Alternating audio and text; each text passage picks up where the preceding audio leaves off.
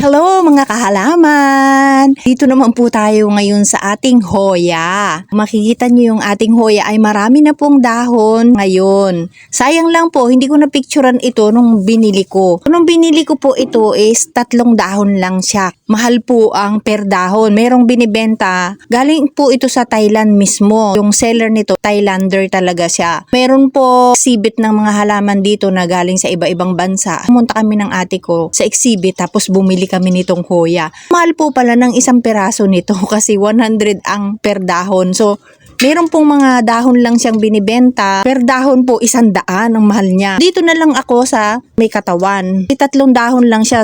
Originally ito lang, ito.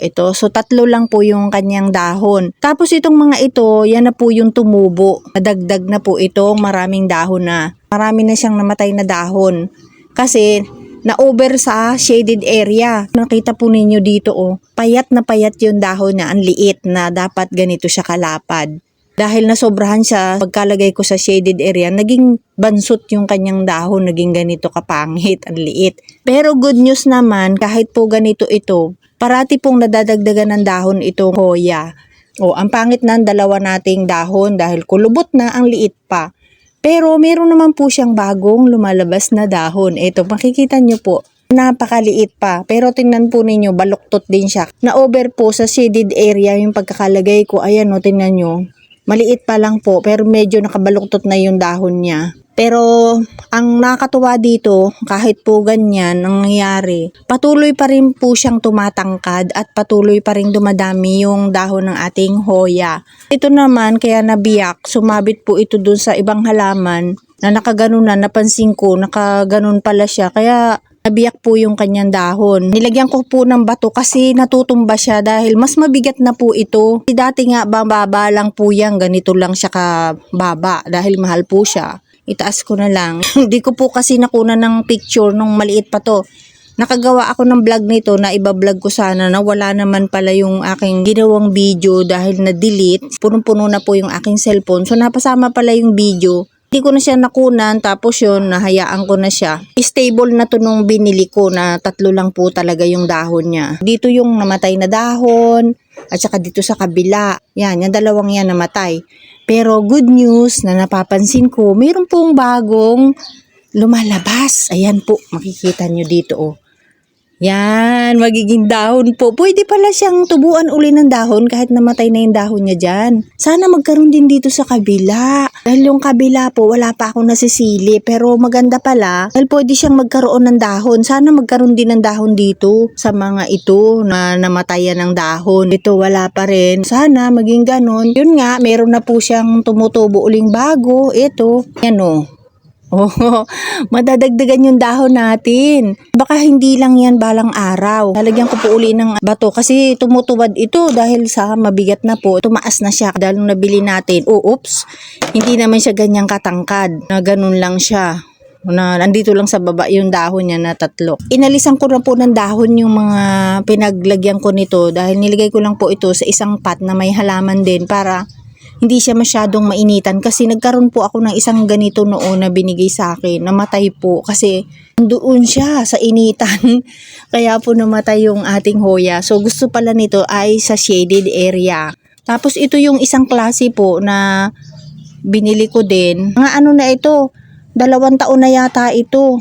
So hindi ko na napansin ito. Hindi ko na nabigyan ng pansin para ma-video. Ito naman po, pumayat din. Medyo siya pahaba. Dapat ganito siya, pa-heart shape din siya. Pero nangayayat din, kaparehas noon, payat. Ito kumulot na. Tapos ito din, kumulot din. Pangit din po pala kapag over sa shaded area yung pinaglagyan natin. Nagiging ganito po siya. Nagiging kulubot. Nagiging maliit. Payat siya. Leggy. So, tapos ito po, namatay Namatay yung isang dulo niya na sanga na ganito din po siya. Yan Kaso itong sanga niya na bago, namatay po. Pero good news din po ito kasi makikita nyo, mayroon din pong bago. Ayan, may bago uli siyang tumutubo. Katulad nito na bago din itong labas na nung nabili natin wala siya. Kasi ganyan lang po yung pagkakabenta niya na mababa lang. Kaya sana medyo Meron na sana tayong dalawa na tumubo, ito yung namatay. Tapos ito naman yung nagtuloy. At pangit na po yung kanilang dahon. Kasi ayoko naman ilagay na bigla sa medyo labas na labas siya. Kasi baka naman mamatay siya. Kasi nasanay na po siya doon sa shaded area ng matagal na taon na po yung nagdaan. Tapos bigla kong ilalabas. So siguro pag tag-ulan medyo i-adjust ko sila ng ilalabas-labas ko siya ng konti na walang naka-shade na mga dahon. Kasi may mga dahon po dyan sa itaas na mga iba kong mga halaman kasi may mga madaming dahon. So sa ilalim ko siya nilagay para hindi siya naiinitan. So medyo napapasukan lang siya ng mga kunting sikat ng araw, yung mga lumulusot lang po doon sa dahon ng iba kong halaman. Hindi siya masyadong hard kasi dahil doon sa masyado po siyang shaded area. So sa ngayon, dahil summer, sobrang init, hindi ko sila pwedeng basta-basta ilabas.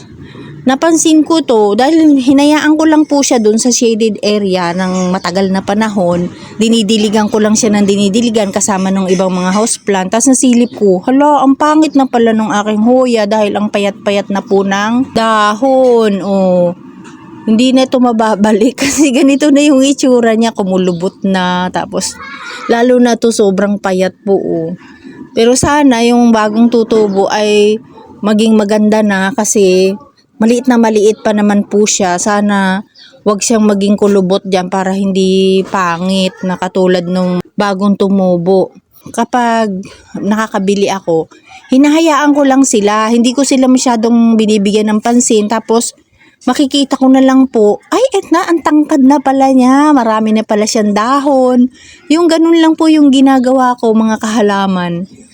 Hindi ko masyadong binibaby o bibigyan ng attention parate o araw-araw kong binibigyan ng attention. Basta pag nagdidilig ako ng mga houseplant, didiligan ko na rin siya. So hindi ko siya tinititigan o ano, basta nakita kong buhay, okay lang sa akin. Tapos mapapansin ko, aba, ang ganda na pala niya, ang dami na pala niyang dahon, ang tangkad na pala niya, katulad nitong ating hoya.